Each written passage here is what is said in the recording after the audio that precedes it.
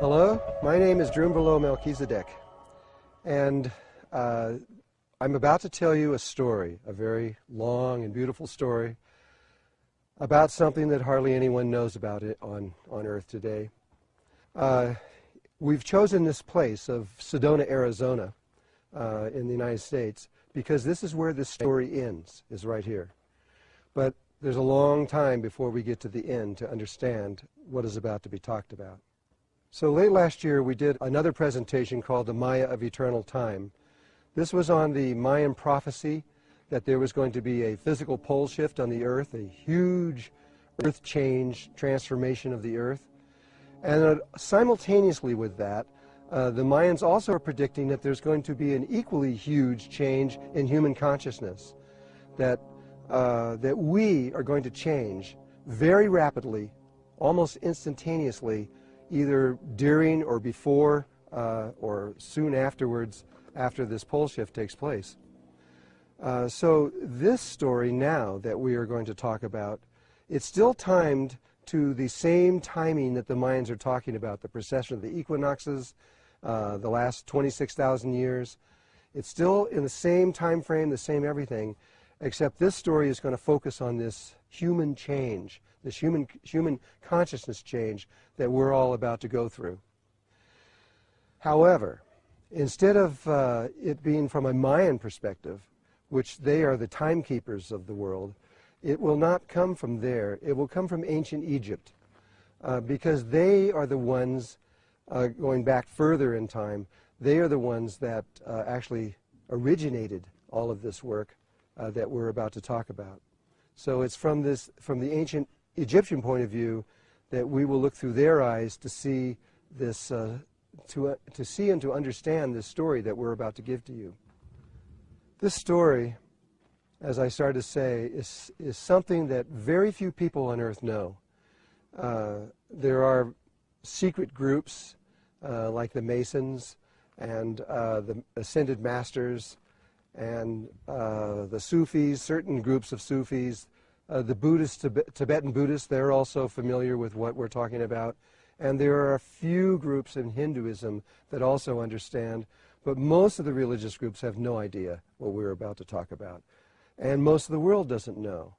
However, science is just beginning to understand. And so this is something you may not know. And so you have to hang in there with me, because this is an unusual subject to begin to speak about. This is not something that you are learning. You already know this information. It's in your heart, and you know it very, very well. It's just that you have forgotten what it is. And so everything we're about to do is not to teach you, but to trigger your own memories so that you can remember what we're talking about, because you have lived through this a long time ago, and you know what we're talking about. And so please keep in mind and allow yourself to be able to make changes within yourself as you watch this film. Otherwise, you're really going to miss the deeper, secret aspect of what this is all about.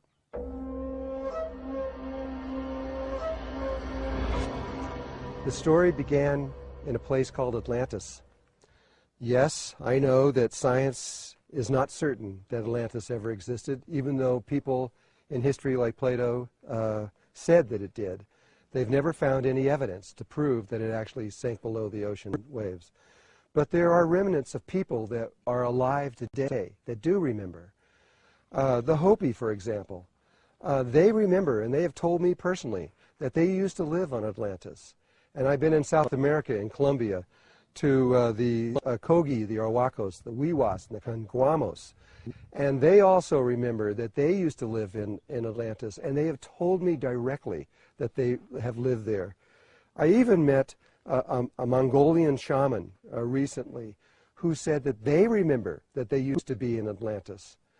And so there are people alive that remember, and they remember a long ways back. The Mayans tell me, they were another tribe. The Mayans also have told me, the modern day Mayans, they also have said that they used to live in Atlantis. We have documentation that they used to live in Atlantis from a long time ago, according to the Toronto document, but which is just stones showing the ancient city of Atlantis and how it started to sink, and the volcanoes were going off, and how they got into boats and rode from where they were into the Yucatan, and this was from a long time ago, but they still remember today that they were from there. And so we do have living people that remember this, and it is these people that we are drawing most of this information from, as well as the ancient Egyptians, who have actually been in this area here. I know it's not in our history, but this is another story for another time. But they have been here. In fact, they have been back over here in Boynton Canyon and into the Grand Canyon. And so, beginning with Atlantis, this was a time in our history where we had developed consciously to a very high level, a level of awareness beyond anything that we assume that is even possible for humankind. But we were there. We had broken the bonds with gravity. We were able to levitate and to move in ways, like I said, it's hard to believe. But we had reached this high level of consciousness. However, that was only a small group of them. It was probably less than 1,000 people that had actually reached that. Most of the people there were in a level of consciousness similar to what we are in now. And in between those people, the ordinary people of Atlantis and these very high-level beings were the Maya. And it was the same name. And they remember that's what they did. They were the translators between this very high level of consciousness and the ordinary people. They were the priesthood, the ones that translated through ceremony what was being told by this inner group of very high beings to the ordinary people out in Atlantis. Everything was going fine for a very, very long time, until about 4,000 years before this happened. A meteorite came out of the atmosphere and just missed the western shores of Atlantis. It broke into three pieces. This is science, knows all of this. It broke into three pieces and went into the ocean and made these three huge holes right on the edge of Atlantis. And the meteorite, the pieces from that, are spread all over the eastern shores of the United States and down into the ocean around there. Well, this unstabilized their continent. It left them really on the edge of a huge abyss. And so 4,000 years later, or 13,000 years ago from now, that's when we had another pole shift. And when we had that pole shift, the continent couldn't withstand the pole shift, and it sank into the ocean. This is the best we could tell right now. This is what happened. But these people, these very high-level beings, they knew this was going to happen. They knew at least 200 years before. They knew their continent was going to sink, and they prepared for this. And in that preparation, one of these groups, a very small group of them, which were perhaps misguided for whatever the reason, they built a pyramid made out of stone, a very large one. And that pyramid sits off the coast of Bimini right now, down deep into the ocean. And they built this pyramid, and inside of there they included, for us, a new technology. It's called the Merkaba. It's around human beings, but you can actually put it into stone or to electronics, any way that you want. And they created this technology inside of this pyramid. Their purpose was not very good. They actually wanted to control the continent of Atlantis and eventually to control the entire world.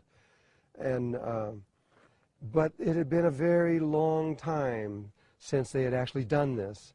And so they didn't really know exactly how to do it, and they lost control of this pyramid. It was horrible what took place. It split open the dimensional levels between the third and the fourth dimension. It exposed human beings to a level of consciousness and awareness that we're not prepared for.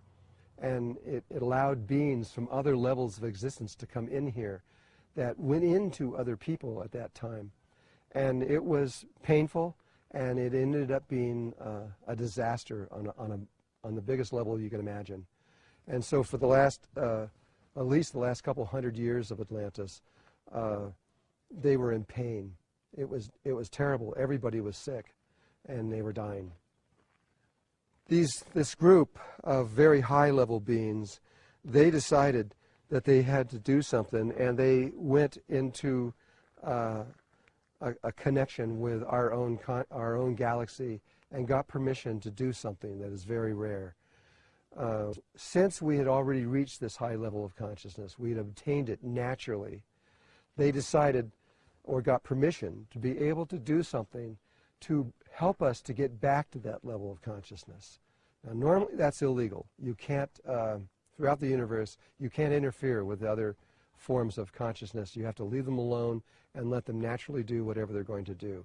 But because we had reached this level, we got permission to do something very unusual. And it's going to take me a while to explain it to you, because this is outside of our normal way of thinking. So there were three men that became paramount in this whole story.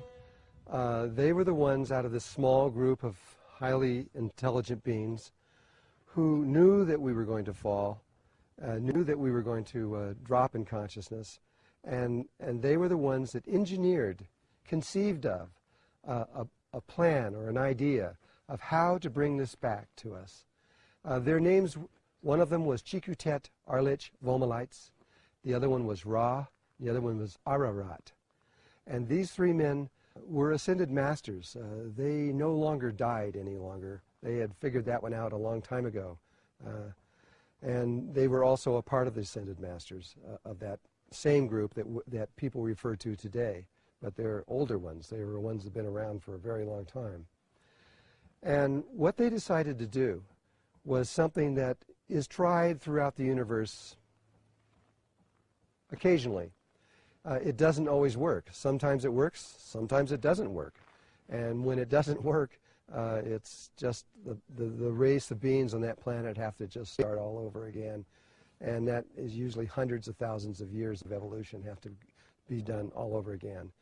And so they began this process of returning our consciousness to us by building a building. And they built this building in an area relative to Atlantis at that time that was completely uninhabited, out in the middle of nowhere by most people's standards. They chose this place for a very specific reason, which I'll talk about in a little while later, but it is the place that we now call Egypt. And this building that I'm referring to is the Great Pyramid in Egypt. This was, they built this before the sinking of Atlantis. They had to get it in place first, because this building was more than just a building. It was also the marking for the entire system that we're about to talk about. But according to them, it was built through consciousness, and it was built very, very rapidly in a matter really of hours. And it was built even more crazy. It was built from the top down, from the top stones down to the bottom. When I presented this information to the Egyptian government back in the 90s, they thought I was crazy too. And so, but they went and checked it to see, and they checked the mortar in between the stones from the top to the bottom, and found out that the oldest stones were on the top and the youngest ones were on the bottom. They couldn't explain it, they didn't know what to say about it, but they couldn't contradict what I was saying. Now, to understand this a little bit further, it wasn't just from this one building that they were going to bring back our consciousness, or from the Great Pyramid. That was just the beginning. It was actually a web of pyramids and temples and sacred sites, churches, all kinds of buildings, even mosques, everything, along with specific mountains and lakes and rivers that were attuned to this. It was a web of these buildings all over the world. 83,000 of them all over the whole world were to be built over time. And in doing that, they were going to change the way the earth functioned time. And in doing that, they were going to change the way the earth functions. These buildings, what's so interesting about them is that they were built over 13,000 years, but the entire structure was created in a matter of hours. Not on this dimension, but on the fourth dimension, on the higher frequencies of the Earth's consciousness. They built the entire thing, and they did that through consciousness in the same way they built the first one from the top down. And so once all these buildings were created on that other level, they slowly began to pull them out of the fourth dimension onto the third dimension. And these buildings were built by normal means. They were built by different tribes like the Mayans and the Yucatan, or in China, or in Japan. Japan has over 100 pyramids running down their islands. All over the world, in Tibet and Mongolia. Mongolia has some of the most amazing pyramids on Earth, and hardly anyone even knows about this stuff. But they're all over. And this was the beginning of something, of an ancient science that we know a little bit about now. It's a science called geomancy. What were they doing by building these pyramids and temples and all these structures all over the world? What were they doing by doing this? Well, it was a very deep level of what today, in modern times, they call geomancy. And what is geomancy? Geomancy is a modern term, more or less. I'm sure they had another name for it, but it is what it is using stones, rocks, crystals. In modern times, they use brass, wires, different kinds of physical things to change the energy flow of the earth. And these buildings, when they're placed on very, very specific, precise places on the earth, they change the internal flow inside the earth and the external flow above the earth. And I'm talking about the way these kind of energies are energies that are created by volcanoes, by tectonic plate pressures, by geopath lines, and all kinds of internal structures. You can, by moving certain stones, massive stones like a great pyramid, when you build certain things in very precise places, it changes the way those energies flow. And they also change the way the energies flow above the earth. And what they were doing by doing this in this way was to create a new consciousness grid, the grid that we lost in Atlantis by falling in that, literally the same fall that the Bible was talking about. By falling from a higher level of consciousness down to where we are now, they were changing this, influencing it, and creating a brand new one so that we could get back. Without this grid, without the consciousness grid, which we haven't talked about yet or really explained, but without this grid that surrounds the entire earth, we cannot get to this new or old level of consciousness. We can't return to where we once were. It's impossible. You have to have that. And so all of these millions of people that had to carve these stones and put them in place, and these 13,000 years of time were essential in order to do this kind of geomancy on a global level. Also, a new kind of grid could be formed around the external, in space around the earth, so that we can make a transformation at this time, right now, today.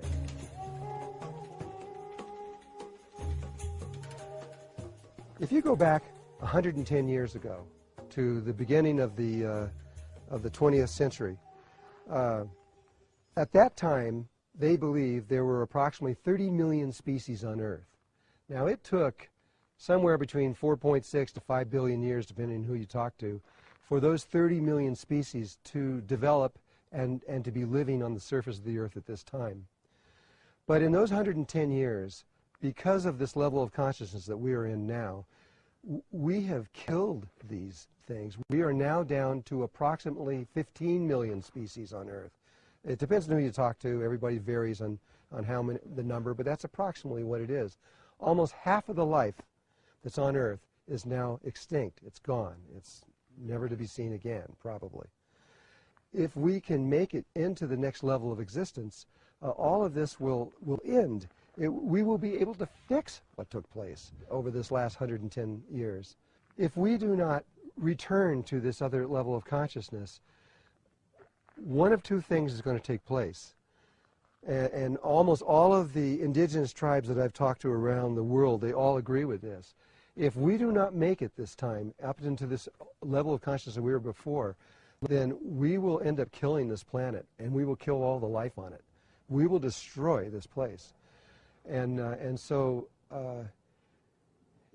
it is up to you, it is up to all of us now to remember what this is all about and to make changes within ourselves so that we do not go extinct. Because if we do, it is the end of what everything that is started on this planet. It will go away.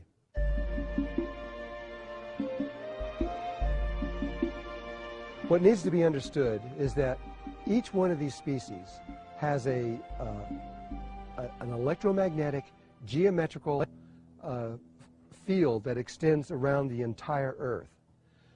Every one of them, and they're unique. Each one is completely unique. If there were only 2 insects on Earth, and that's the only 2 insects there were on the whole planet, they could not exist unless there was a consciousness grid around the planet that surrounded the planet just for them. And the geometry of it would reflect exactly the geometry of their body. You could tell very quickly that those bugs came from that particular geometry. So out of these 15 million life forms that are left on Earth today, there are 3 that are human. So we actually have 3 different kinds of human beings on Earth. They perceive the one reality in a different way. And the first one is the Aboriginals, the original people on Earth. So the Aboriginals in Australia, and there are little pockets of them around the world that are still functioning on the original grid that came out of humanity a long, long time ago. And then there is the next grid, which is much more, we really don't know very much about this grid geometrically, what it looks like or form. There's been almost no scientific research done on that at all. But on our level, this grid is believed to be a rhombic triacondohedron, which is a relationship between an icosahedron and a dodecahedron, but a very specific angle of how they are connected together. And it was the United States, we believe, who first scientifically discovered that this thing was actually around the world, though Russia had a lot to do with it. And we believe, we're not exactly sure because so much of this is kept secret. And what we do know is that this grid that goes around the world, it has places where the lines cross, and it's very interesting, very, very interesting, that most of the military bases in the world between Russia and the United States are located exactly on those nodal points. Why would they do that? Because they knew that that was the consciousness grid of the entire planet, and if they could control that grid, they can control all the people in the world. And so it's an obvious military move to make, and they've known this for a very long time now. I think it went back into probably the 60s when they first discovered this. There's also now a third grid. This is the grid that Chikutet, Arlich, Vomalites, and Ra and Ararat are creating by making all these sacred sites all around the world and doing this geomancy. They are slowly forming around the Earth. Every time they build a new one, it changes the shape a little bit, and they keep getting it closer and closer and closer to a grid that is an icosahedron, dodecahedron blend perfectly at a very specific angle. Also, it's similar to the other one, but it's completely different.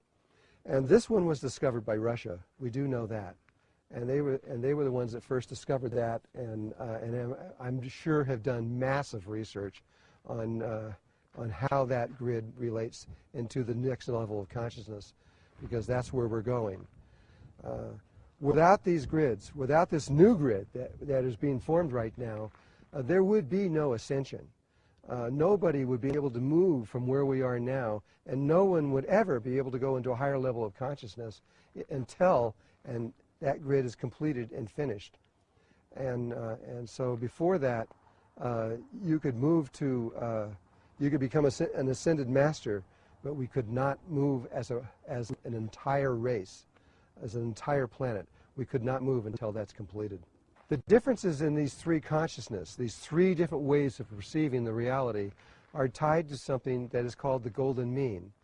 The golden mean is something that is in all life everywhere, though it's not directly being done. It's done through the Fibonacci. This would take a while of study to understand this. The golden mean is a proportion. If you were to cut a stick at a certain place, it would be such that this point would be 1, and this one would be 1.6180339, and it would go on forever. It's an unending number.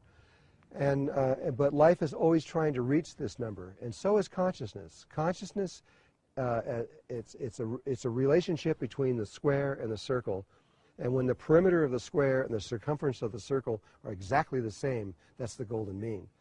And but we reach it in stages, and so the aberrational grid is very close to the golden mean. It's not perfect. It's off a little bit, but it is close.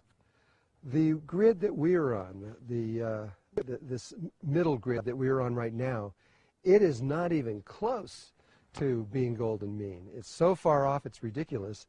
And so we are not in tune with nature. That's obvious. This is why we're killing the planet.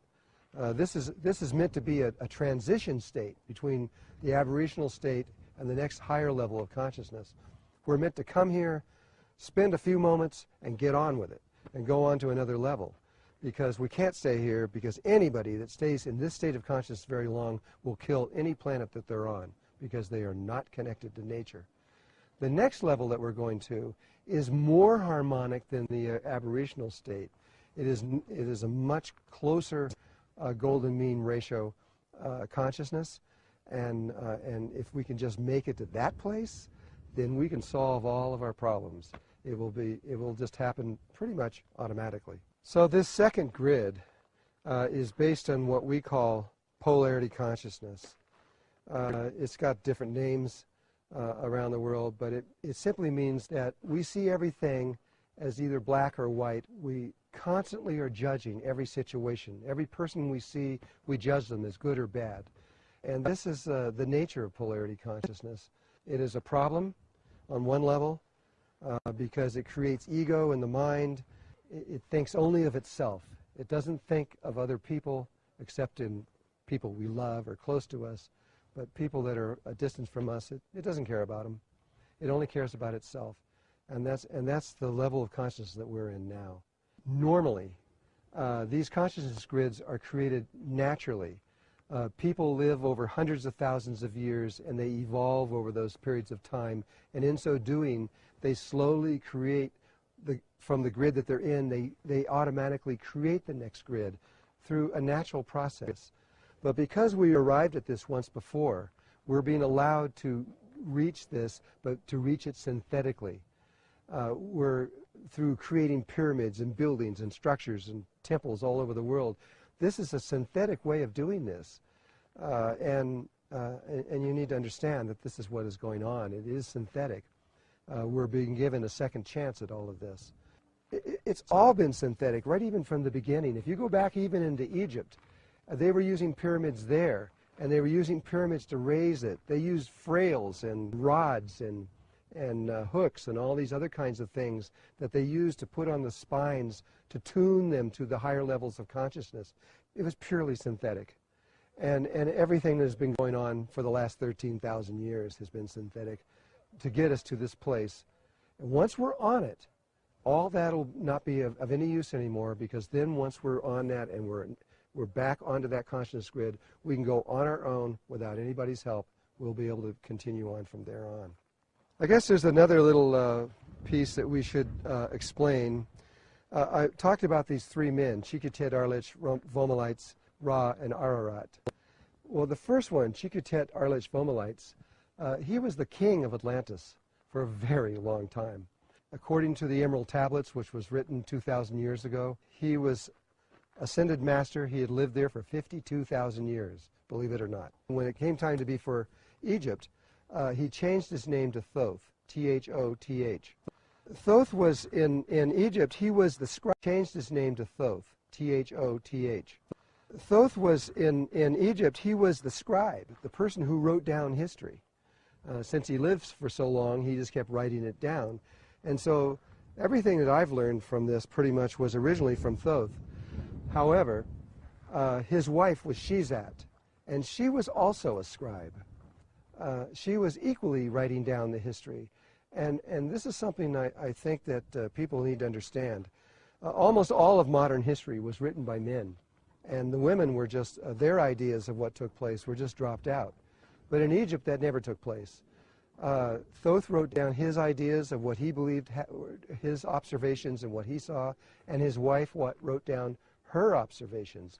They did not correspond at all the times. They saw things differently.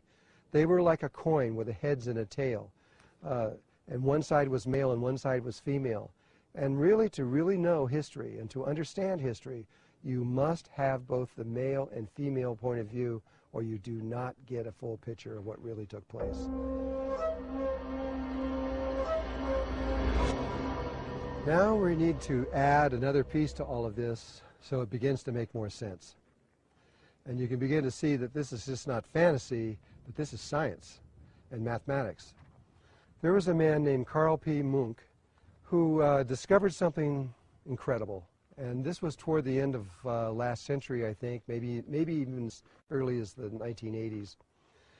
But he discovered that when you go to any of these pyramids and churches and temples around the world, that they have a code written on the outside of the building. You don't even have to go inside. It has to do with the shape, with the number of steps, and a lot of different forms that are on the outside of these things. You can go onto his website if you wish to understand what he's talking about in detail. And this is just a review of his work, by the way. This is, I'm not going to go into great detail on this. I'm only going to just give a review of it. So each one of these pyramids, when you look at them, or buildings, will, from the external view of it, will, if you know how to read this code, will produce these series of 3 numbers. And these 3 numbers tell you exactly, it's the longitude, latitude of a grid, not the one we're using today, but an ancient one. And those numbers, in order to arrive at that precision where every single one of those 83,000 sites are precisely on Earth, to arrive at that, we would normally imagine that they would have to be in space and have satellites, a GPS system like we have today. I mean, how could they do this? But what his work has shown is that this is true, that these codes that are coming out of these pyramids are real and actually do delineate. But in order to understand what the system is, you have to look at something very interesting. Ra and Aragat and Chikatet Arlich Vomalites, they knew where the new poles were going to be, and they knew what the new equator was going to be, which is the one we have now. They knew that before, at least 200 years before it actually happened. They calculated that, however they did that. But the prime meridian that we use today is not the one he uses. The one that Thoth is using is the Great Pyramid itself. If you take the North Pole and the South Pole and run a line directly over the apex of the Great Pyramid, that is the prime meridian of this system. And which makes sense. It's the first building that was built. And furthermore, that first building wasn't just placed anywhere on Earth. It happens to be the precise center of the entire landmass of the Earth. They knew that even if you couldn't find that building for some reason, that that spot is not going to move more than a few inches over 13,000 years. There's another thing about Carl's work that's pretty interesting. It was introduced into the United Nations, and the whole system of all of this was given to them, and exactly how it works, and this the new system that they had found and everything, and how this all these pyramids were all around the world were connected to it. And but they didn't know what to do. I mean, it defies everything that modern man knows about ancient man. This makes ancient man on almost the same level that we're on, and how could this possibly be? But they couldn't deny it either, because there it was. It was mathematical fact. And so it's been kind of just shoved under the floor of the somewhere, and the United Nations has been put under a carpet somewhere and just forgotten, because it didn't fit into anything that we know. And so what I'd like to do now is just to read to you directly from Carl's work some of what he has found to be true, and then you'll begin to understand this. I was trying to develop a code system to be based on the language of latitude and longitude, degrees, minutes, and seconds. The idea being to multiply the three numbers in each set to a single number, 15 degrees times 15 minutes times 01.6000 seconds. Products at 360, the number of degrees of an arc in any circle.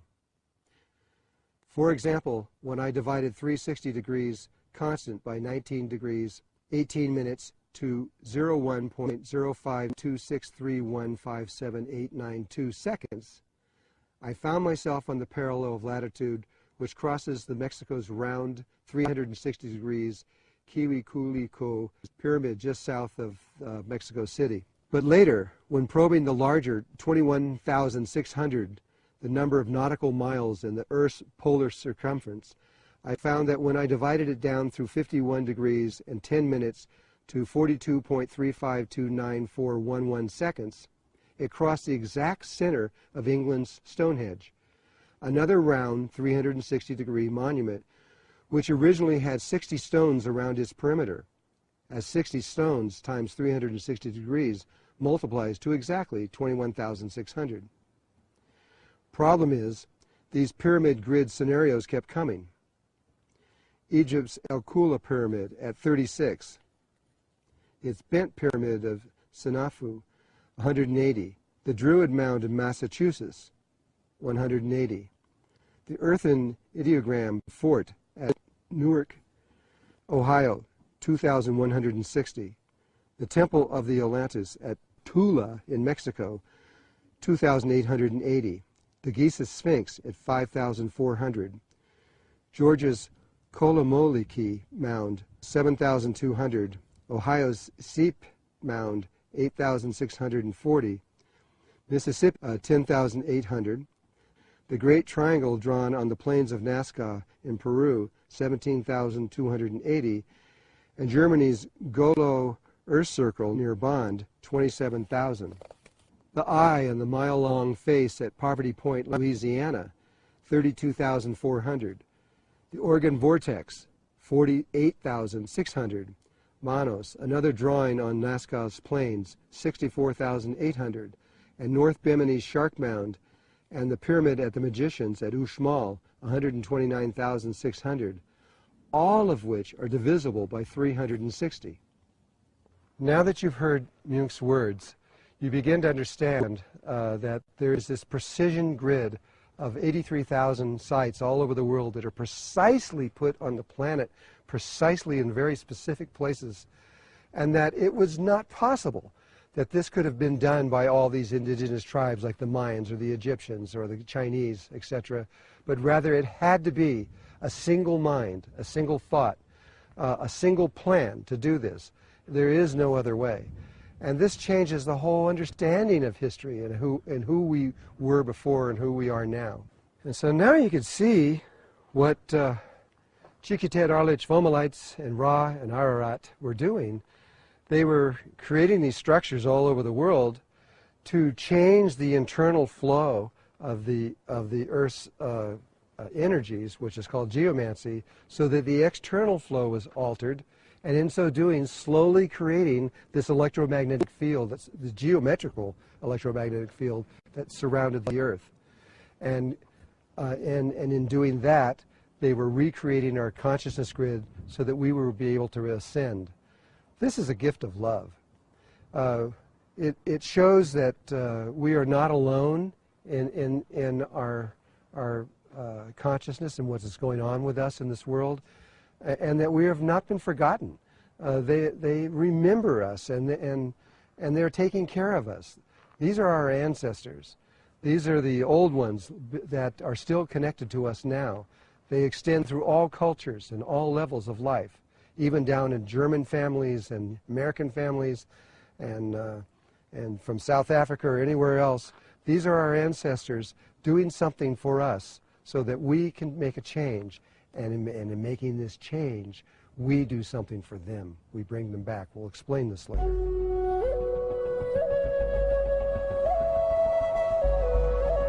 Now, with that background, with that knowledge and that information, we're going to begin to tell you the living side of all of this, the story that has unfolded around the world over the last, really, probably 65 years or so. And so it took time. I mean, as Atlantis sank and all the different factors began to happen, the pyramids started to be built continuously all around the world, especially after the first 6,000 years. It took that long. In the precession of the equinoxes, there was a point in there that we had to reach before the pyramids and everything could really start to be built on a massive scale, because humanity was not on a level that they could do those kinds of things. But eventually, after 6,000 years, we were ready. And so these pyramids started to be built here and there in China and Japan and in the Yucatan and Guatemala and South America, all over the world, in Russia. And as this was going on, each time one of these was built, the electronic grid around the Earth would take a little bit more geometrical form and become a little more closer to what would be necessary for us to be able to connect to as a living thing. Progress all the way up until,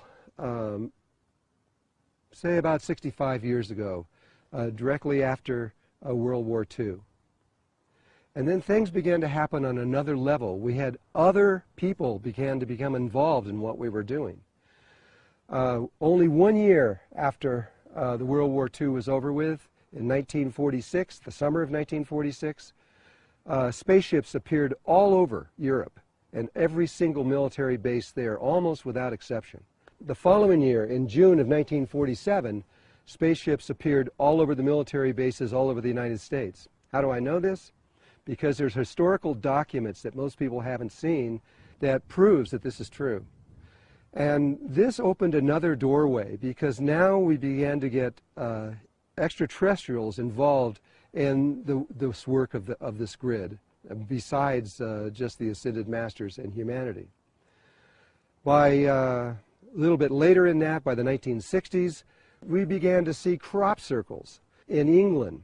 We began to see crop circles that were not only in wheat and different kinds of crops, but we began to see ice circles where they were formed in ice, and circles that were huge, and obviously nobody had stepped on the ground at all. They were perfectly embedded in the ice, and we found thousands of these now. Then we found crop circles that were with trees in Canada, where the trees were formed over. No human being could have done this either. And though we do know through Colin Andrews that about 80% of the crop circles were man-made, the other 20% are not human, at least human as we know it, based crop circles. This was another level of communication that began to take place around the world. It was important communication, but to this day we haven't really understood what they were saying. As we got closer up into about the 1980s, a phenomenon began to take place, and there was probably many of you watching this that may remember this.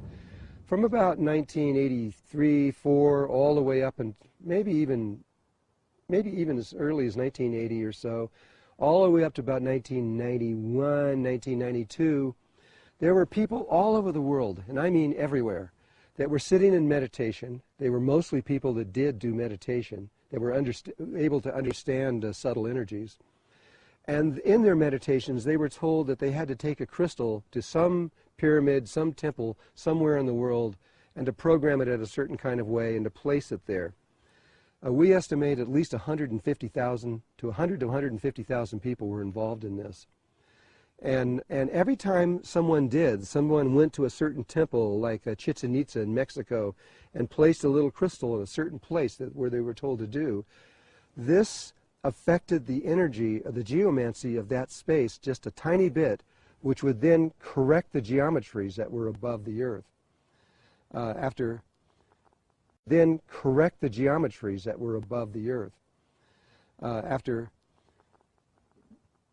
probably a number of crystals that approached nearly 1 million crystals, this had a dramatic effect on the unity grid above the earth. But by 1989, and this was documented from the people that I work with at any rate, by 1989, the unity grid around the world was geometrically proper, meaning it was an icosahedron, pentagonal dodecahedron relationship, and energy was moving through it and flowing through it for the first time, but it still was not perfect. There were still problems involved in this, and more corrections need to be made. By the mid-90s, there was a small group of people. This number of people was probably less than 100 people. It was probably closer to 70 or 80 that were experts on subtle energies. And I was one of those, but only one. There were many, many, many other people that were just as important doing what they were doing on those levels. And we were directed to go to very specific pyramids and to make very specific changes, and not changes in the grid or by changing the energies of the pyramids or the temples, but rather the indigenous people that lived in those areas had done things in their lifetime that had caused a distortion in the energetic body of the earth.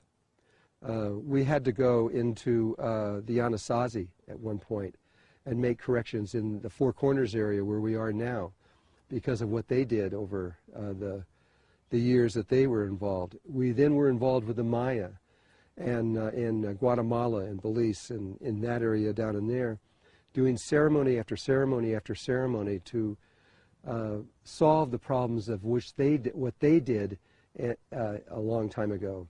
We then went into Peru with the Inca, and each time, by the way, we were invited to these places. We didn't just show up and say, hey, we want to do something here. Each time, the people of that area would ask us to come there, and we would always accept it, and they knew exactly what we were doing and why we were doing it. The Incas appeared while we were in Mexico and said that the shamans wanted us in Peru. When they got there, though, they didn't just accept us. We had to show by our actions and our energies signs that would come from within Mother Earth to prove that we were the people. Each time this was always the case. It didn't matter what we said, it was what Mother Earth said in our behalf. And we passed every one of these tests and began to correct all these things. We went into New Zealand, and there is a very good video that will be coming out very soon to show you how and what these kinds of things look like when they're in real life taking place. And then I wrote a book called The Serpent of Light. And this book described the interaction of myself and other people I work with approximately a little less than 1,000 indigenous tribes in North and South America. This was about the same energy times that the Mayans are talking about with the precession of the equinoxes of the last 13,000 years and the last 26,000 years. The Serpent of Light talks about the kundalini of the earth moving from the western mountains of Tibet to the northern mountains of Chile. This was an extraordinary historical event that almost nobody on earth knew that was taking place, but it was huge, it was massive. And the energy comes from the center of the earth and finds a place. It comes out very much like a snake. That's why it was called the Serpent of Light. And when it finds, and first it moves all over the world, moving from every single area of the earth, and then it finds a place and it coils down inside the earth, and it stays there for the next 13,000 years. And this energy is the Kundalini. It wakens the people in that region who become the teachers of the world, just as they have been in India and Tibet for the last many thousands of years. And but now that it has moved to the Andes, it will be the Chileans, the Peruvians, the Argentinians, countries like as far away as Colombia and Brazil and Ecuador. These energies are going to awaken the souls there. But the Kundalini was also aimed on the western side of the mountain out over the ocean, so that it went out over the Polynesian world, out over to Easter Island and to Moorea and out further, all the way as far as New Zealand. And so there was an awakening, a new awakening, and brand new spiritual energy that the world has never seen.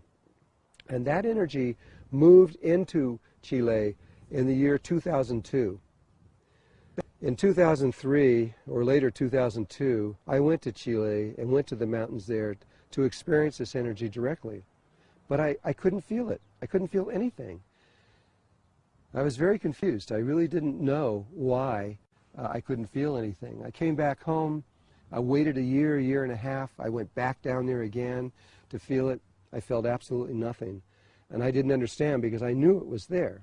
There was 112 tribes sitting in a circle waiting for it to come in when it arrived. And they knew it was there, but it wasn't working, and I didn't know why.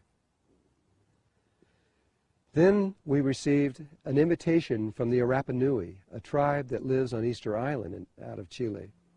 And they wanted us to come and do ceremony with them. And it was followed by an invitation from the Queen of the Polynesian Islands, a woman we will simply say Mama Lucy. And she was the most important female in the Polynesians. And she invited us to the island of Moorea, which is the south pole of this grid. Now, this is something I didn't say, and I think I need to add this right now. The consciousness grid is just like the Earth. It has an axis that runs through it. And the North Pole and the South Pole are very important points. The North Pole happens to be just outside of where the Great Pyramid is, only just a little ways away from it, about 1.5 miles, which is nothing relative to the 25,000 miles of the Earth. And then it goes through the Earth and it comes out. If you went straight through the Earth, you would come out on the ocean, but it doesn't. There's a slight curve in it, and it comes out in an island called Moorea. And this is where the South Pole is, and this is where Mama Lucy was, and she was inviting us to this place. And so we began a journey, and as we went the world, I don't even remember how many countries it was. It was about 14 or 17 countries that were involved in this, with about 50, 55 people. And we all met in Easter Island for the purpose of doing this kind of geomancy on the Earth. And we were met there by the Rapa Nui, who, before they could even talk to us or begin to do anything, they said that we had to do an initiation, a ceremony that was to connect us closer in our hearts and so that we could work together. This was an ancient ceremony where they stripped down their clothes and put body markings on and began to do the ceremony with each one of us in there, and we began to interact in this ceremony. Afterwards, we ate these meals with them, and we connected in such a way that we could then proceed and go on from that time.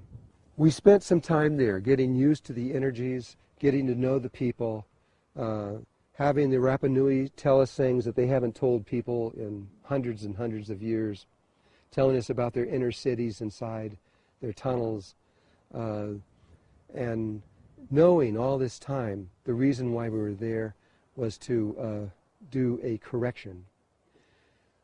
It wasn't until I was actually there that I began to understand. In fact, it wasn't until we started to do this correction ceremony. They took us way out into this wooded area and told us that this is where the ceremony had to be.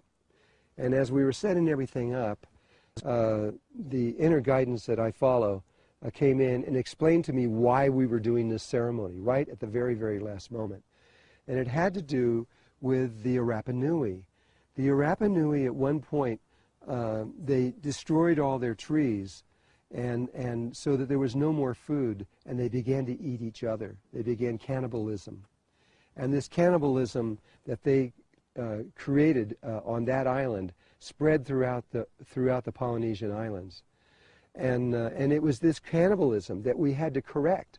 It had to be forgiven, and they had to forgive themselves in this ceremony, so that what that would do is correct the geometry of above the earth, above the island where we were, really. And that in turn would begin to allow the flow to really move through this thing where it could then be born.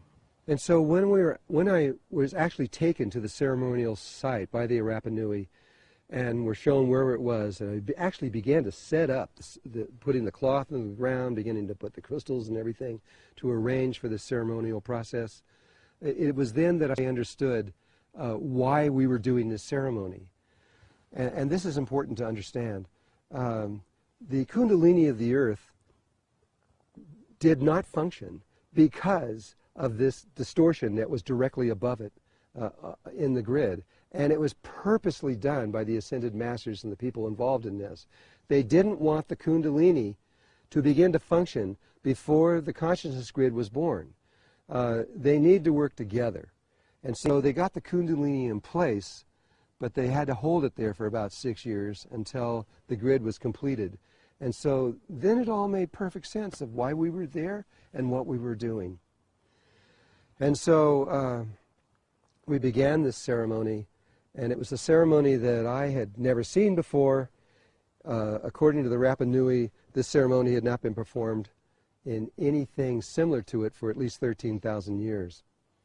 And but that's their story, and I can't really tell you why they said that. And so the ceremony began to unfold with both our group and the Rapa Nui there. And then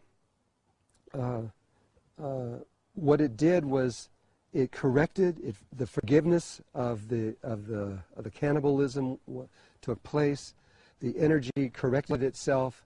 The grid formed perfectly around the earth for the first time ever, and I felt like it was completed. It felt in my heart, okay, this is done, and I ended the ceremony, and began to end it when something occurred that I did not expect. I had never seen before. Coming out of the sky came this spiraling energy of a golden light, which was coming off of the unity grid, and came down like a tornado, only a soft, gentle tornado. And it came down and it swirled around right down to the earth where we were. Everyone in there had their experiences of this in different ways. We spent a long time talking about this, but for me, it was the most amazing feeling. I had the sensation that I was in the presence of, I would say, God, or some very high consciousness. It was relaxing. Every cell in my body relaxed, and this golden light just kept swirling around us. And you could actually look up into this tube that stretched high up into the sky. It lasted for what felt like maybe 10 minutes, and then it retracted and went back up into the sky. After the ceremony was over, I talked to the Rapa Nui, and I said, have you ever seen anything like this before? And they said, no, we don't know what that was.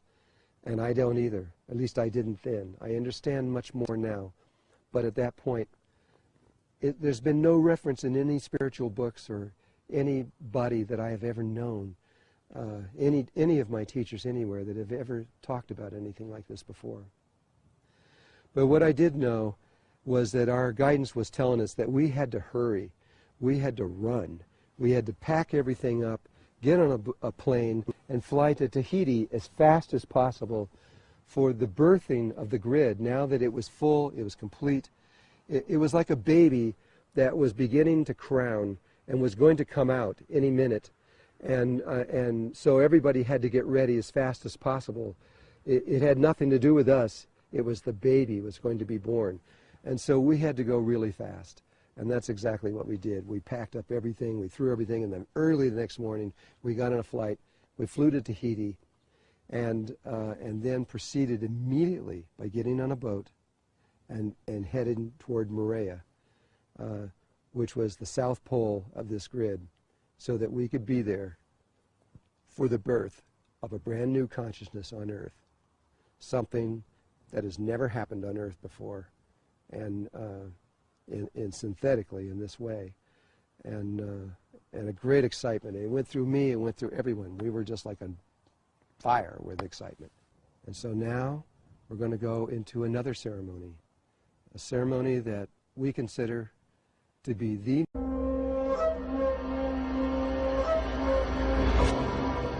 As we pulled into Tahiti, Tahiti is like, it's hard to believe that Tahiti actually exists if you've ever been there, because it's so beautiful. The mountains just stretch up to the sky. It is just an incredible place. And we had just come from Easter Island, which is dry and not much on there and everything. And so all these people were used to that. And as we pulled into the harbor, it was one of the most beautiful scenes I've seen in my life. They got so excited that everybody started clapping because of just the pure beauty of this place. And from there, we were met by members of the Queen of Moorea. Not the next day, but 2 days later, we were taken to be before her. Now, of course, she wouldn't allow all 55 people or whatever it was to come there. So there was just myself and a woman named Ruth Tive, who is a Maori, a native Maori from New Zealand, who knew her language, and I felt like she was the right person to be there. So the two of us went to meet with the Queen. The Queen was a huge woman with this very big heart. She was just pure love, and she knew exactly why we were there, that we were there to birth this new consciousness onto the earth and to do the ceremony for this. And she was also there with her another woman who was her assistant directly underneath her. And she opened us with open arms and hugs, and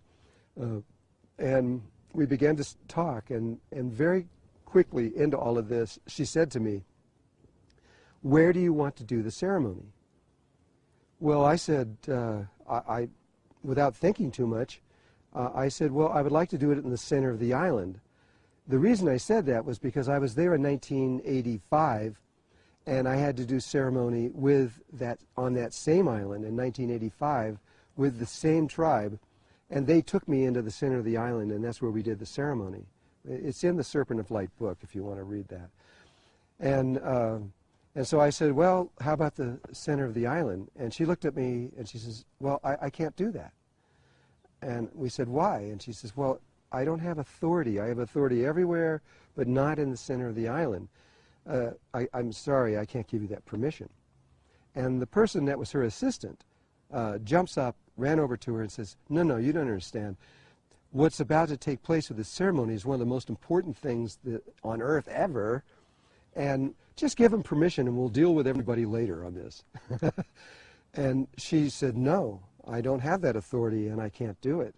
And they started getting into a little bit of aggression, you might say. And she says, you have to. And she says, no, I am not going to break the rules. And she says, you must. And she says, no, I will not. And pretty soon they're screaming at each other. And I mean, really putting out some energy.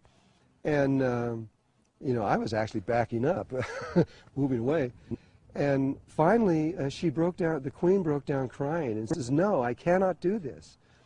And that's when Ruth went over to her, put her arms around her, and spoke to her in her own language and tried to calm her down. But it didn't do any good. I mean, she was a queen. She was not going to do what was not right. And she was only going to stay in the truth, and that was the truth, that she didn't have that authority, and she just wasn't going to do it. And so we left there without any permission to do this ceremony. I went back home to my hotel. I remember, I'll never forget this. I sat in there going, oh my God, 13,000 years, millions of people, untold amounts of money spent, 83,000 buildings built all over the world, and many lives were lost doing this whole project. And here we come down to the last few minutes, and two women have a fight, and it's not going to happen? I just didn't believe it, but it really did look like that's what was going to happen. It looked like it was just not going to go anywhere from there. So we sat around for a couple days, and 3 or 4 days, I don't know how long it was, just waiting for something to happen. And then, out of the middle of nowhere, we get an invitation from the king of the Polynesian people. His name was Papa Mataru. He was very old. Well, he wasn't that old, but he was in his 80s. And he asked us to come and have a conference with him. Well, this was great, because it meant that maybe something would happen where we could continue. Because without permission, we can't do this. We can't just run out into somewhere and do this and run away. This requires the Polynesian people to cooperate with us, to do the ceremony with us. We can't do it, and they can't do it. They need the entire world to be there with them, and that's who we were representing. And so he asked for a meeting, and it was in the afternoon, and I again brought Ruth with me because I knew she could speak the Polynesian language, and she understood their ways and everything else. And so we drove to the address they told us, which was it was his house, and we went into the backyard, and in the backyard there was Papa Mataru in an old white plastic chair in the sand, and his family standing all around him, his wife, his children, and their children, his grandchildren. They were all sitting around there waiting for us to show up. And they had 2 chairs sitting there for Ruth and I. So we came in, and with great reverence we bowed to them and to give him honor for who he was. And he asked us to sit in the chairs. And so we started to introduce ourselves and everything. And while we were doing that, I noticed that he was squinting like this and trying to see who we were.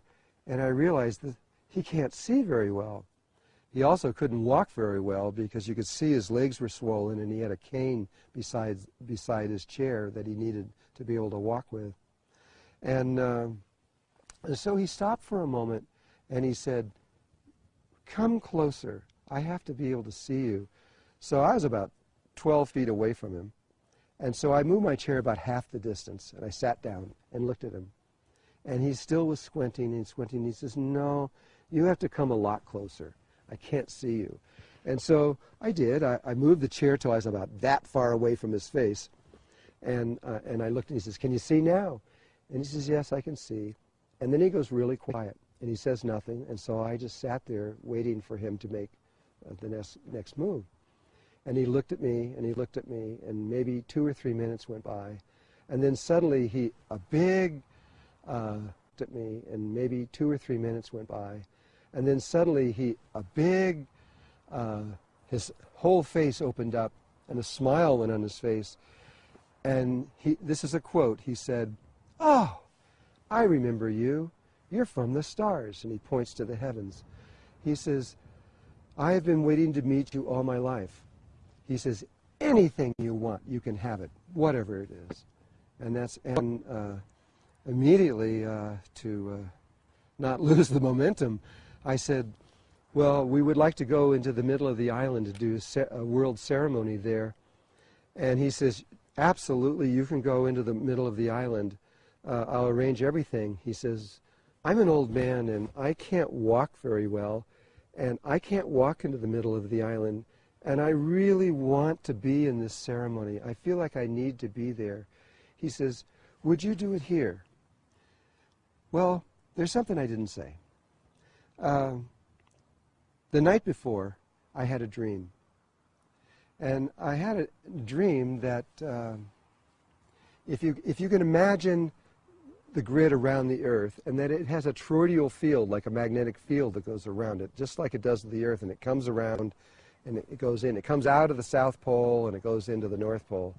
And so it comes out of Morea, and it goes into Egypt. And if you think of that, it's like a big tube. It's a vortex, and it's hollow. And I was wanting to be in the center of the island, but what was made clear in this dream, it didn't matter where you were on the island, because the tube that we were needed to be within was bigger than the island. And so we could be anywhere on the island. It didn't really make any difference. And then what happened in the dream right after that, it showed me where the ceremony was going to be. It was a very specific place. We were in a bay where the bay came back around, and you could see the land on the other side.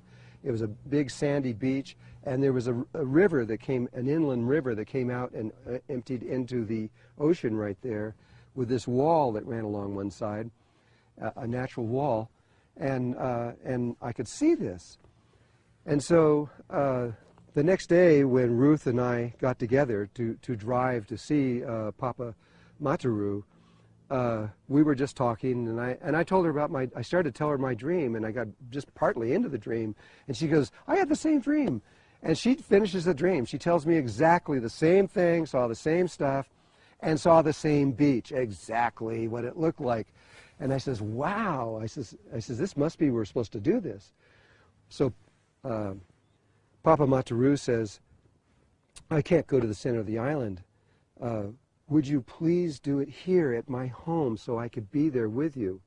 And we were on the beach, but we couldn't see because there were all these trees that blocked the beach. So Ruth and I jumped up, ran through the trees, and we both got out there and we looked around and we go, oh my God, this is it. And there was no doubt to either one of us, this was exactly what we saw in our dream, and we knew we were supposed to do it there. So we went back to Papa and we said, yes, yes, yes, this is where we do it. And he got really happy. He says, oh, I can be there, okay. So our next question was, well, you are the king. When does the ceremony take place? Because we didn't know. And he said, tomorrow morning at sunrise. And so it was sealed. It was ready to take place for the first time. And we left and went back to tell all the other people what had happened during that day. When I got back there, somebody handed me a letter from Australia. I knew the person, but I hadn't talked to them in many years. But for some reason, they knew I was there and sent me this letter. And so I opened the letter up, and it informs me that on the next day, the earth, the sun, and the moon would go into a straight line, and there would be a lunar eclipse, which happened to be on the very day that we were doing this ceremony, and that the shadow of the moon would go directly over the island of Moorea. I go, wow, that's amazing, because we had not planned this, and I didn't even look into the heavens to think about that on those kind of levels.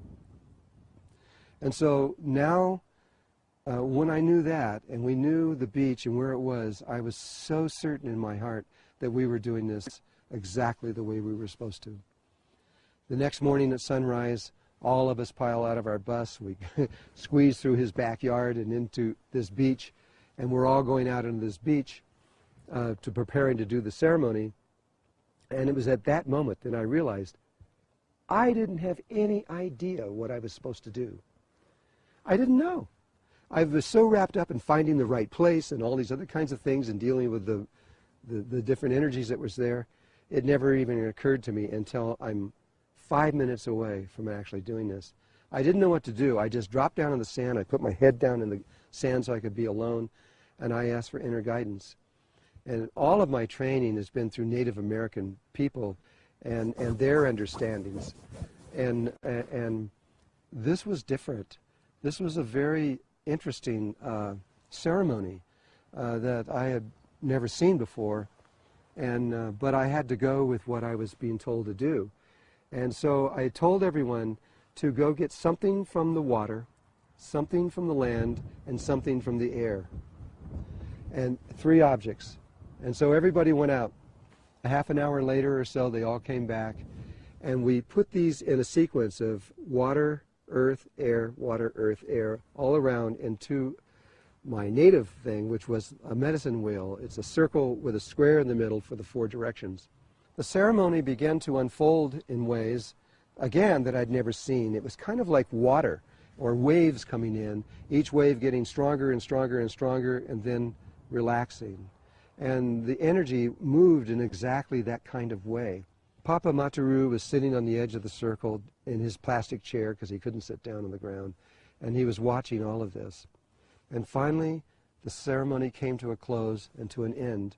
And what that signified was that Mother Earth was at that moment giving birth to the consciousness of a new grid. It was crowning.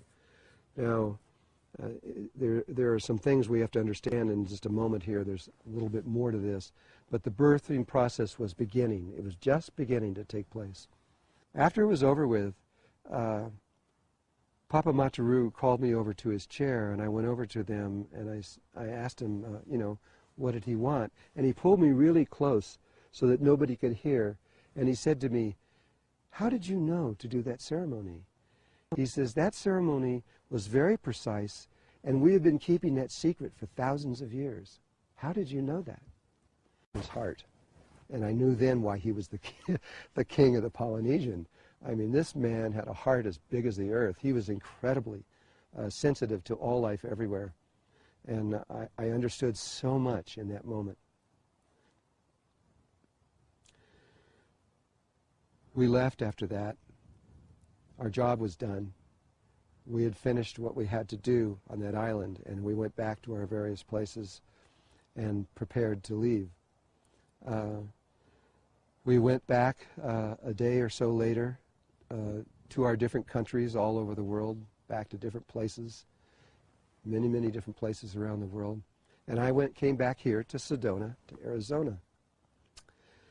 The next morning, one of the people that was in there, Carolina, went up early in the morning of the next morning and took a photograph.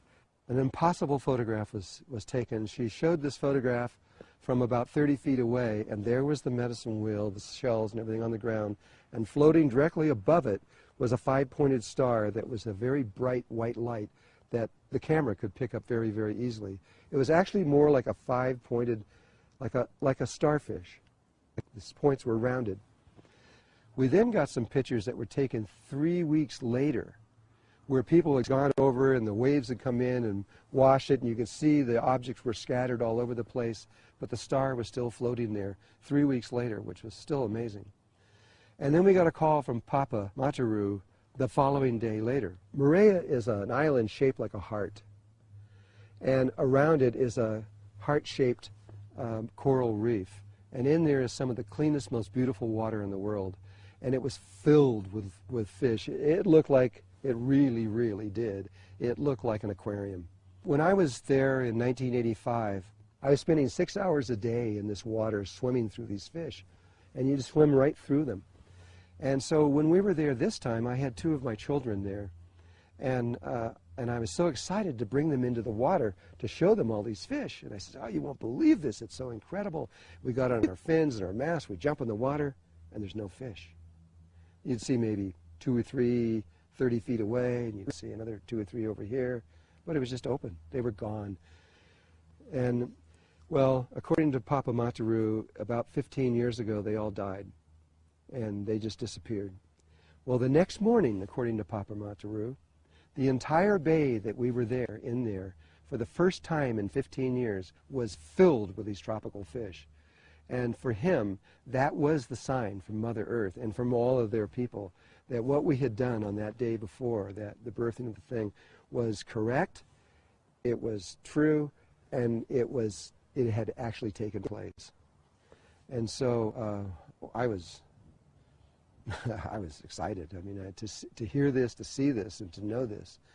And so when I got back to Sedona, to these red rocks, and I thought everything was completed.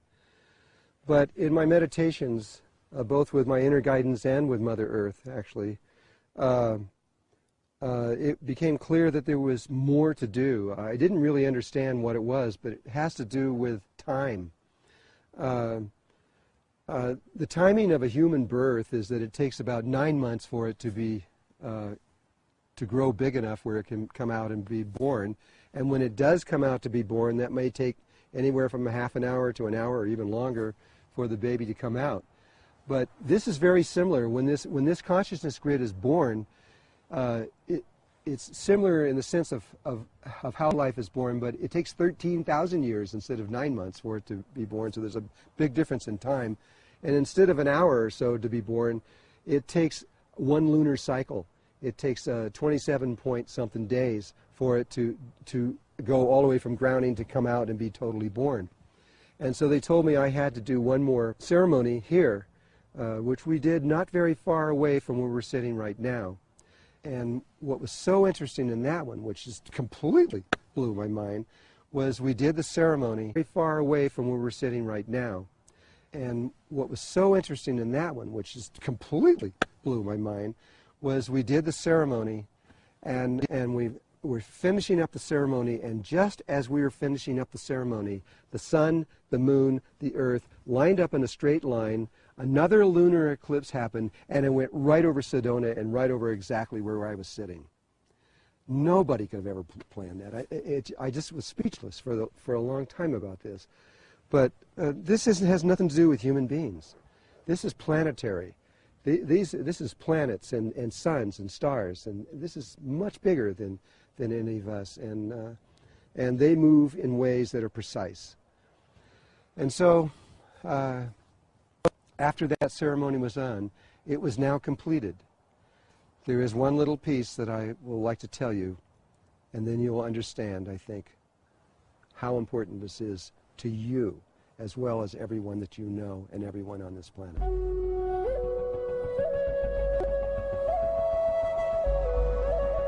The last thing I would like to say to you has to do with Melchizedek consciousness. What we know is that when a grid or a planet has this kind of experience where the grid is born, prior to the actual birth, everything could be lost. The whole thing could be lost.